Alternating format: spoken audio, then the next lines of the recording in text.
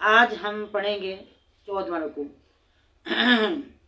अस्सलामु अलैकुम व रहमतुल्लाहि व बरकातुहू। उम्मीद है कि आप लोग खैरियत से होंगे।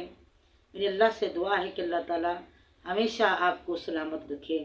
आप देख रहे हैं मोमिनात इस्लामिक सेंटर। अगर आप हमारे चैनल पे न्यू हैं तो इसे लाइक और सब्सक्राइब ज़रूर करें। ये आपका कुरान के साथ लगन और प्यार और मोहब्बत होगा। अल्लाहुम्मा रब्बि इश्रह ली सदरी व यस्सिर ली अमरी वहलुल उक़दतम मिन लिसानी यफ़क़हू क़ौली रब्बि ज़िदनी इल्मा। आमीन। आऊज़ु बिल्लाहि मिनश शैतानिर रजीम। बिस्मिल्लाहिर रहमानिर रहीम।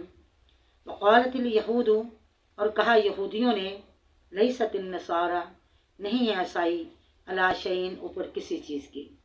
यहूदी कहने लगे ईसाई कुछ भी नहीं है, जो कुछ हम हैं वो हम ही